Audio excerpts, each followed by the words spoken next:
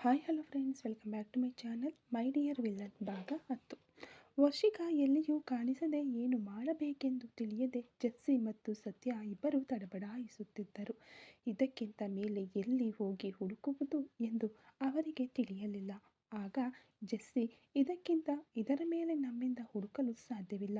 ಆದರೆ ವರ್ಷಿಕಾ ಎಲ್ಲಿದ್ದರೂ ಸೇಫಾಗಿಯೇ ಇರುತ್ತಾಳೆ. ಅವಳು ಖಂಡಿತ ಬರುತ್ತಾಳೆ. ಹಾಗಾಗಿ ನೀನು ಹಾಸ್ಟೆಲ್ಗೆ ಹೋಗು. ಲೇಟಾಗಿ ಹೋದರೆ ಆಮೇಲೆ ನಿನಗೆ ಬೈಗುಳ ಬೀಳೋದು ಎಂದು ಹೇಳಿದನು ಸತ್ಯ. ಜೆಸ್ಸಿ ಹಾಸ್ಟೆಲ್ನಲ್ಲಿ ಉಳಿದುಕೊಂಡು ಓದುತ್ತಿರುವುದರಿಂದ ಅವನು ಹಾಗೆ ಹೇಳಿದನು. ಇಷ್ಟು ಹೊತ್ತು ಗೆಳತಿಯನ್ನು ಹುಡುಕಿ ಅಲೆದಾಡಿದರಲ್ಲಿ ಇದನ್ನು ಸಂಪೂರ್ಣವಾಗಿ ಮರೆತು ಬಿಟ್ಟಿದ್ದಳು ಜೆಸ್ಸಿ. ಈಗ ಸತ್ಯ ಹೇಳಿದಾಗಲೇ ಅವಳಿಗೆ ನೆನಪಿಗೆ ಬಂದದ್ದು. ತಕ್ಷಣ ಅಯ್ಯಯ್ಯೋ ಎಂದು ತಲೆಯ ಮೇಲೆ ಕೈ ಇಟ್ಟುಕೊಂಡಳು. ಇದನ್ನು ಕಂಡ ಸತ್ಯ, ಏನಾಯಿತು ಎಂದು ಕೇಳಲು, ಈಗಲೇ ಕಣೋ ನನಗೆ ನೆನಪಾಗ್ತಾ ಇರೋದು. ನನ್ನನ್ನು ಕಿಡ್ನ್ಯಾಪ್ ಮಾಡಿ ಇಟ್ಟಿದ್ದರಿಂದ ನಾನು 2 ದಿನಗಳಿಂದ ಹಾಸ್ಟೆಲ್ ಕಡೆಗೆ ಹೋಗಿಲ್ಲ. ಅದು ಇಷ್ಟೊತ್ತಿಗೆ ದೊಡ್ಡ ಸಮಸ್ಯೆಯಾಗಿರುತ್ತದೆ ಎಂದು ಅನ್ನಿಸುತ್ತಿದೆ. ಹುಡುಕುತ್ತಿರುತ್ತಾರೆ. ಈಗ ನಾನು ಹೋದರೆ ಆ ವಾರ್ಡನ್ ನನ್ನನ್ನು ಪ್ರಶ್ನೆಗಳ ಮೇಲೆ ಪ್ರಶ್ನೆ ಕೇಳಿ ಪ್ರಾಣ ತೆಗೆಯುತ್ತಾಳಲ್ಲ ಎಂದು ಗೋಳಾಡಿದಳು. ಏ ಲೂಸ್, ಇದೆಲ್ಲ ಒಂದು ಪ್ರಾಬ್ಲಮ್ಮಾ? ನಿಭಾಯಿಸು ಎಂದು ಹೇಳಿದನು ಸತ್ಯ.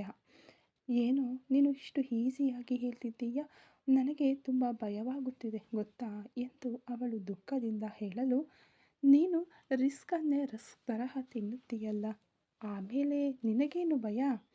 ಅದು ಮಾತ್ರವಲ್ಲದೆ ಒಬ್ಬ ಫ್ರೆಂಡ್ ಪೆಟ್ಟು ತಿಂದಿದ್ದಾನಲ್ಲ ಅಂತ ಸ್ವಲ್ಪವೂ ಚಿಂತಿಸದೆ ನನ್ನ ಮುಖ ನೋಡಿ ಹೇಗೆ ನಕ್ಕಿದ್ದೆ. ಇದೆಲ್ಲ ನಿನಗೆ ಬೇಕೇ ಬೇಕು, ಅನುಭವಿಸು ತಾಯಿ ಎಂದು ಹೇಳಿ ತನ್ನ ಮನೆಯತ್ತ ಹೊರಟನು ಸತ್ಯ. ಹೀಗೆ ಹೇಳಿ ಹೋಗುತ್ತಿದ್ದಾನಲ್ಲ ಪಾಪಿ ಎಂದು ಹೋಗುವ ಅವನನ್ನು ನೋಡಿ ಬೈದುಕೊಂಡವಳು ನೇರವಾಗಿ ಹಾಸ್ಟೆಲ್ ಒಳಗೆ ನುಗ್ಗಿದಳು. ಅಲ್ಲಿ ವಾರ್ಡನ್ ಇವಳಿಗಾಗಿಯೇ ಕಾಯುತ್ತಿದ್ದಳು. ಉರುಟಾಗಿ ದಪ್ಪಗಿದ್ದುಕೊಂಡು ಮಂಗಮ್ಮಳಂತೆ ಇವಳನ್ನೇ ದಿಟ್ಟಿಸಿ ನೋಡುತ್ತಿದ್ದಳು ವಾರ್ಡನ್. ಅವಳನ್ನು ಕಂಡ ಕೂಡಲೇ ಜೆಸ್ಸಿಗೆ ಭಯ ಶುರುವಾಯಿತು. ನನ್ನನ್ನು ಕಿಡ್ನ್ಯಾಪ್ ಮಾಡಿದ್ದರು ಎಂಬ ಸತ್ಯವನ್ನು ಹೇಳಲು ಸಾಧ್ಯವಿಲ್ಲ. ಹಾಗೆ ಹೇಳಿದರೆ ಯಾರು, ಏನು ಎಂದು 1000 ಪ್ರಶ್ನೆಗಳು ಬರುತ್ತವೆ. ಜೇಡಿಯ ಹೆಸರು ಹೇಳಿದರೆ ಬೇರೆ ವಿನಾಶವೇ ಬೇಡ. ವರ್ಷಿಕಾಳ ಬಗ್ಗೆ ಎಲ್ಲವೂ ಹೊರಬರುತ್ತದೆ. ಅದರ ನಂತರ ಜೇಡಿಯ ಕೈಯಲ್ಲಿ ಸಾವು ಕೂಡ ಬರುತ್ತದೆ. ಇದನ್ನೆಲ್ಲ ಯೋಚಿಸಿದವಳು ಆ ವಾರ್ಡನ್ಗೆ ಮಂಕು ಬೂದಿ ಎರಚಲು ಅಂದರೆ ಸುಳ್ಳು ಹೇಳಲು ಶುರು ಮಾಡಿದಳು. ಎಲ್ಲಿಂದ ಬಂದೆ? 2 ದಿನಗಳಿಂದ ಎಲ್ಲಿ ಊರು ಸುತ್ತಿಕೊಂಡು ಬರ್ತಾ ಇದೀಯಾ? ಏನಂದ್ಕೊಂಡಿದ್ದೀಯಾ ನಿನ್ನ ಮನಸ್ಸಿನಲ್ಲಿ? ಇದು ಹಾಸ್ಟೆಲ್ ಅಂತ ಅಂದುಕೊಂಡಿದ್ದೀಯಾ, ಇಲ್ಲ ಏನಂತ ಅಂದುಕೊಂಡಿದ್ದೀಯಾ? ನಿನಗೆಲ್ಲ ಅಷ್ಟು ಕೊಬ್ಬು ಎಂದು ವಾರ್ಡನ್ ಬಿಡದೆ ಕಿರುಚಾಡುತ್ತಿದ್ದಾಗ ಜೆಸ್ಸಿಯೋ ಕಣ್ಣಿನಲ್ಲಿ ನೀರು ಸುರಿಸಿಕೊಂಡು ನಿಂತಿದ್ದಳು. ಇದೇ ಅವಳ ಅಸ್ತ್ರವಾಗಿತ್ತು. ಆ ವಾರ್ಡನ್ ಎಲ್ಲರನ್ನ ಬೈಯುತ್ತಿದ್ದಳು.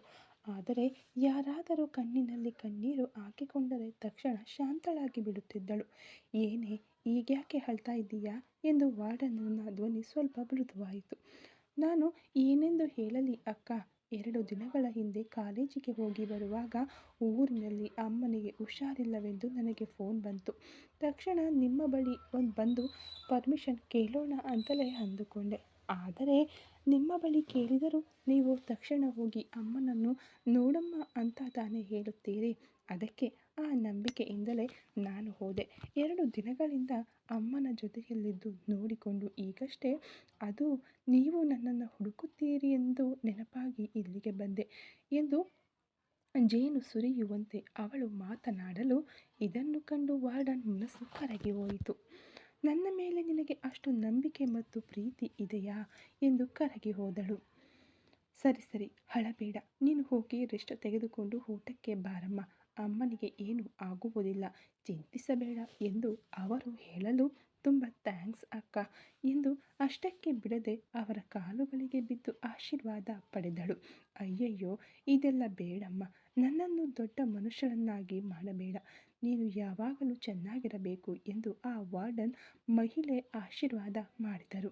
ಸರಿ ಅಕ್ಕ ಎಂದು ಪಾಪದ ಹುಡುಗಿಯಂತೆ ಅಲ್ಲಿಂದ ಚಲಿಸಿ ಮಹಡಿಯಲ್ಲಿದ್ದ ತನ್ನ ಕೋಣೆಗೆ ಬಂದವಳು ಆ ಕೋಣೆಯ ಬಾಗಿಲು ತೆಗೆದು ಒಳಗೆ ಹೋಗಿ ಚಿಲಕ ಹಾಕಿದ ತಕ್ಷಣ ಹಾಸಿಗೆಯ ಮೇಲೆ ಹಾರಿ ಕುಣಿದಳು. ಅಪ್ಪ, ಗ್ರೇಟ್ ಎಸ್ಕೇಪ್. ಇದಕ್ಕೋಸ್ಕರ ನಮ್ಮ ಫ್ರೆಂಡ್ ವರ್ಷಿಕಾಳಿಗೆ ನಾವು ಥ್ಯಾಂಕ್ಸ್ ಹೇಳಬೇಕು. ಅವಳಿಂದ ಕಲಿತ ವಿದ್ಯೆನೇ ಇದೆಲ್ಲ.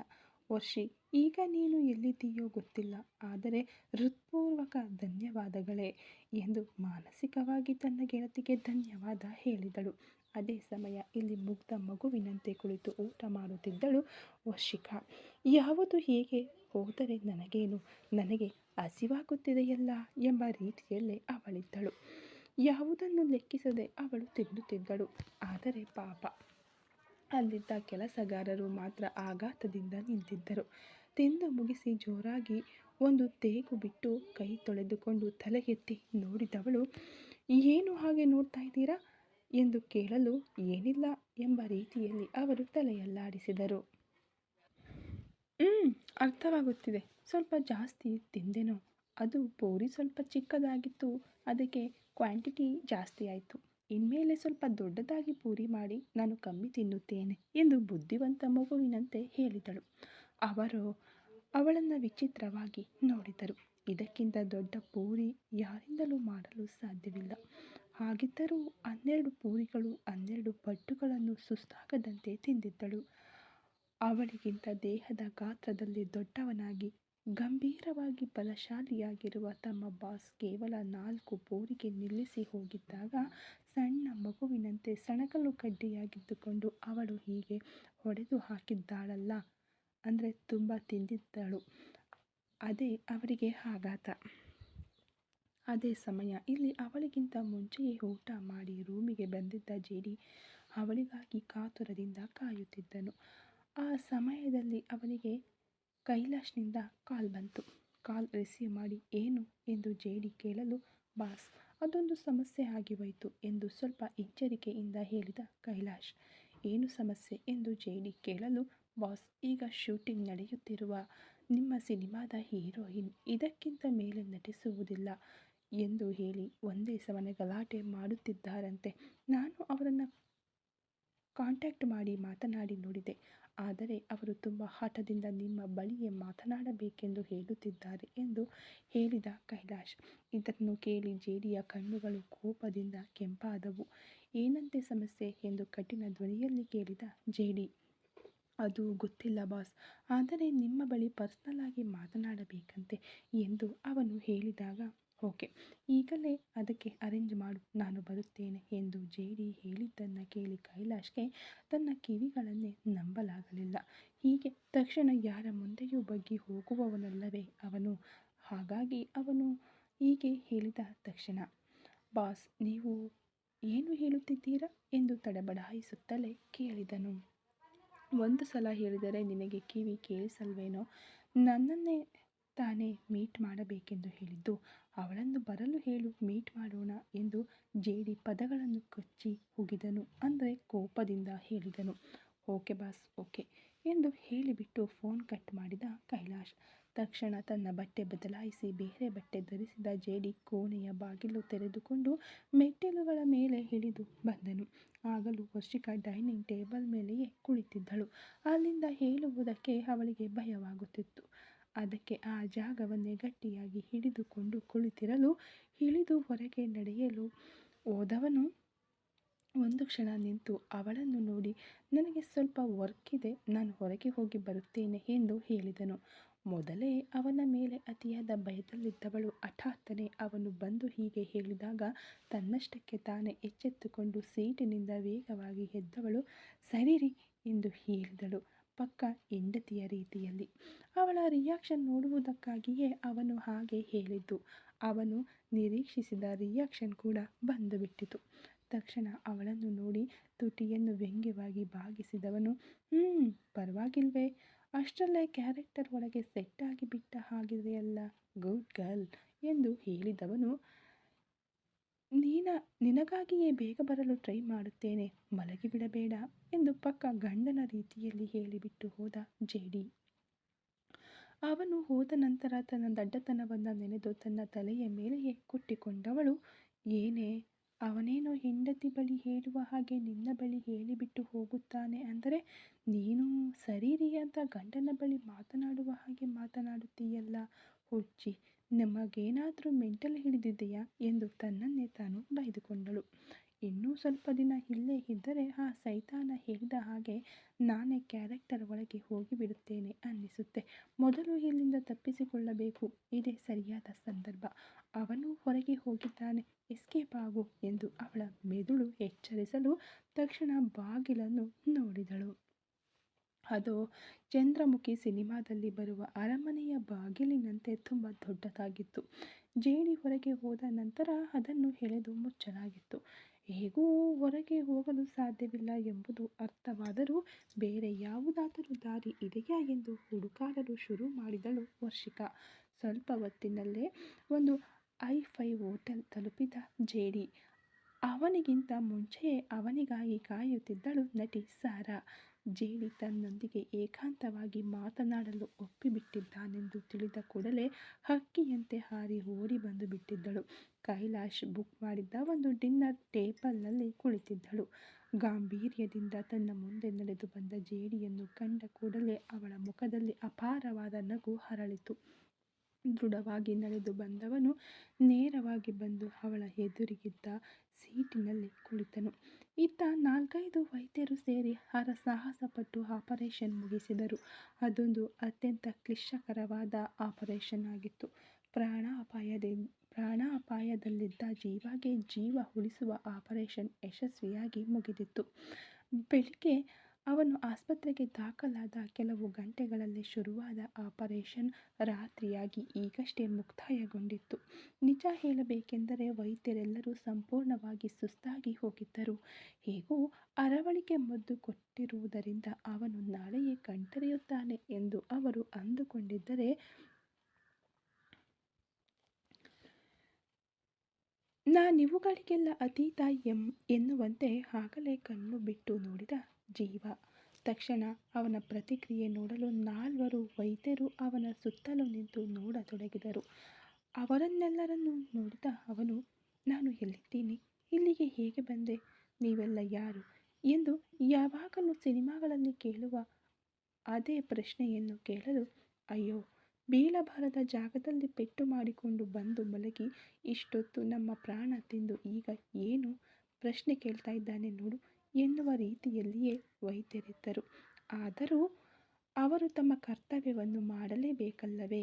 ಹಾಗಾಗಿ, ಹಲೋ ಮಿಸ್ಟರ್, ನೀವೀಗ ಆಸ್ಪತ್ರೆಯಲ್ಲಿದ್ದೀರಾ? ಈಗಷ್ಟೇ ನಿಮಗೆ ಆಪರೇಷನ್ ಮುಗಿದಿದೆ. ಈಗ ನಿಮಗೆ ಹೇಗನ್ನಿಸುತ್ತಿದೆ ಎಂದು ಒಬ್ಬ ವೈದ್ಯರು ಕೇಳಿದರು.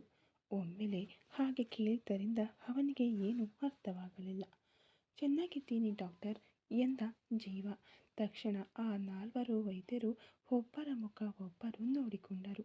ಪರವಾಗಿಲ್ಲ, ಈ ಪರಿಸ್ಥಿತಿಯಲ್ಲೂ ಇಷ್ಟು ಧೈರ್ಯವಾಗಿದ್ದಾನಲ್ಲ ಎಂದುಕೊಂಡರು. ಆ ನಂತರ ಹೊರಬಂದ ವೈದ್ಯರು ಅವನನ್ನು ನೋಡಲು ಅನುಮತಿ ನೀಡಿದೊಡನೆ ಅವನ ಮೇಲಿನ ಪ್ರೀತಿಯಿಂದ ಬಂದಿದ್ದವರೆಲ್ಲರೂ ಗುಂಪಾಗಿ ಒಳಗೆ ಓಡಿದರು. ಲೇ ಜೀವಾ ಎಂದು ಅವನ ತಾಯಿ ಕಣ್ಣೀರಿಟ್ಟು ಅಳಲು, ನೀನು ಸುಮ್ಮನಿರೆ, ಅವನೇ ಈಗಷ್ಟೇ ಮರುಜನ್ಮ ಪಡೆದು ಬಂದಿದ್ದಾನೆ, ನೀನ್ಯಾಕೆ ಅಳುತ್ತಿದ್ದೀಯಾ ಎಂದು ಆಕೆಯನ್ನು ಸುಮ್ಮನಾಗಿಸಿದ ಜೀವನ ತಂದೆ. ಜೀವ, ಚಿಂತೆ ಮಾಡಬೇಡಪ್ಪ, ನಾವಿದ್ದೀವಿ ಎಂದು ಅವನಿಗೆ ಧೈರ್ಯ ತುಂಬಿದರು.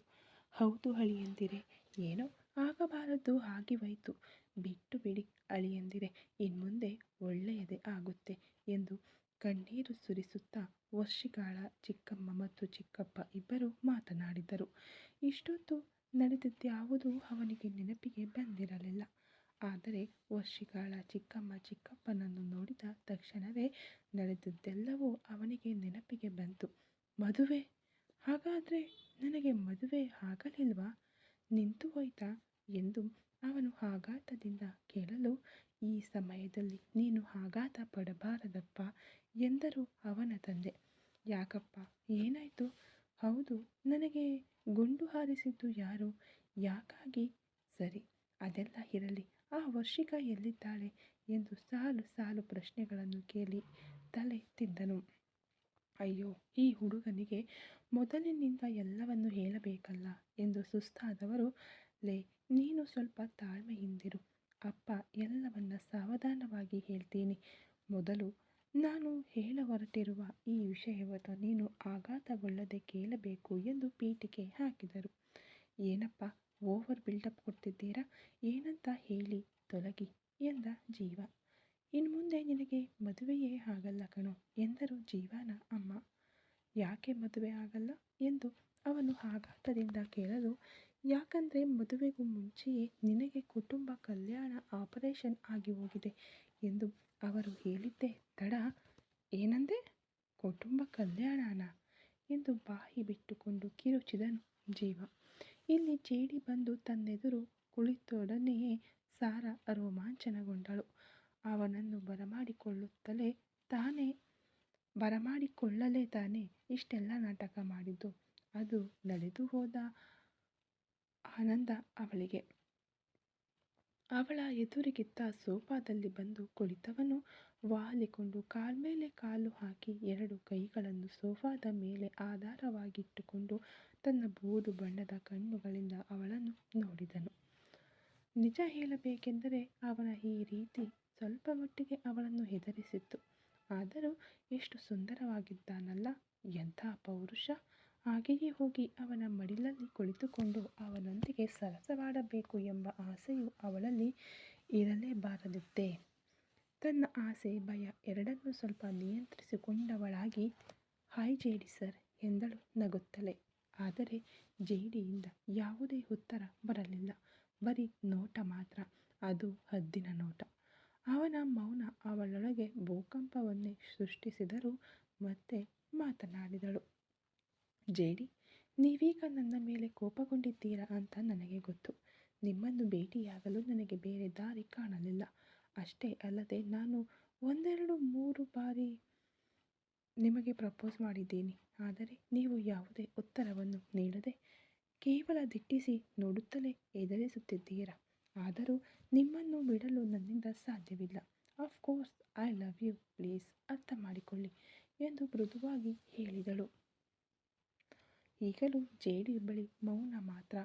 ಅವನ ಮುಖದಲ್ಲಿ ಯಾವುದೇ ಭಾವನೆಗಳಿಲ್ಲ. ದೃಷ್ಟಿ ಮಾತ್ರ ಅವಳ ಮೇಲಿತ್ತು.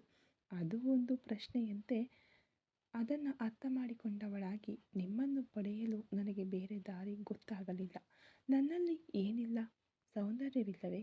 ಬುದ್ಧಿ ಇಲ್ಲವೇ? ಎಲ್ಲ ನಾಯಕಿಯರಿಗಿಂತ ನಾನು ತುಂಬ ಸುಂದರವಾಗಿದ್ದೀನಿ ಅಂತ ತಾನೇ ನಿಮ್ಮ ಸಿನಿಮಾದಲ್ಲಿ ನನ್ನನ್ನು ನಾಯಕಿಯಾಗಿ ಹಾಕಿಕೊಂಡಿದ್ದೀರಾ? ಆಮೇಲೆ ಯಾಕಾಗಿ ನನ್ನ ಪ್ರೀತಿಯನ್ನು ಒಪ್ಪಿಕೊಳ್ಳುತ್ತಿಲ್ಲ ಎಂದು ಸ್ವಲ್ಪ ಕೋಪದಿಂದಲೇ ಕೇಳಿದಳು. ಇಲ್ಲಿ ನೋಡಿ ಜೇಡಿ, ಇವತ್ತು ನಾನು ಒಂದು ನಿರ್ಧಾರ ಮಾಡಿಕೊಂಡೇ ಬಂದಿದ್ದೀನಿ. ನನ್ನ ಪ್ರೀತಿಯನ್ನು ನೀವು ಒಪ್ಪಿಕೊಂಡು ನನ್ನೊಂದಿಗೆ ಡೇಟ್ ಮಾಡಿದರೆ ಈ ಸಿನಿಮಾದಲ್ಲಿ ನಾನು ಮುಂದುವರಿಯುತ್ತೇನೆ.